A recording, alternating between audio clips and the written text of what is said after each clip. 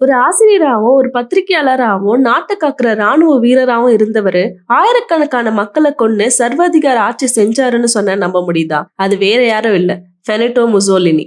1922 இத்தாலியோட மாபெரும் சர்வாதிகாரியா இருந்தாரு. இத்தாலி முன்னேற்றத்துக்காக பல நடவடிக்கைகளை எடுக்க போறேன்னு சொல்லி இதை எதிர்க்கிறவங்கள அடியோட அழிச்சிருவேன்னு அறிவிச்சாரு.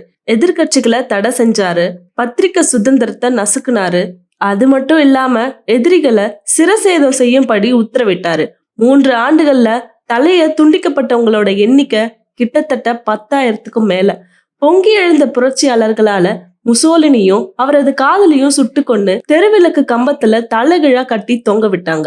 மக்கள் கல் எடுத்து அடிச்சு அவங்க ஆத்திரத்தை தீர்த்துக்கிட்டாங்க. இதை கேள்விப்பட்ட ஹிட்லர் தன் நண்பனுக்கு நடந்தது நமக்கும் நடக்க காத்திருக்குன்னு தற்கொலை செஞ்சு இறந்து போறாரு. இவங்களோட ஆட்சி மட்டும் கொடூரமானது இல்ல, அவங்களோட சாவும் தான்.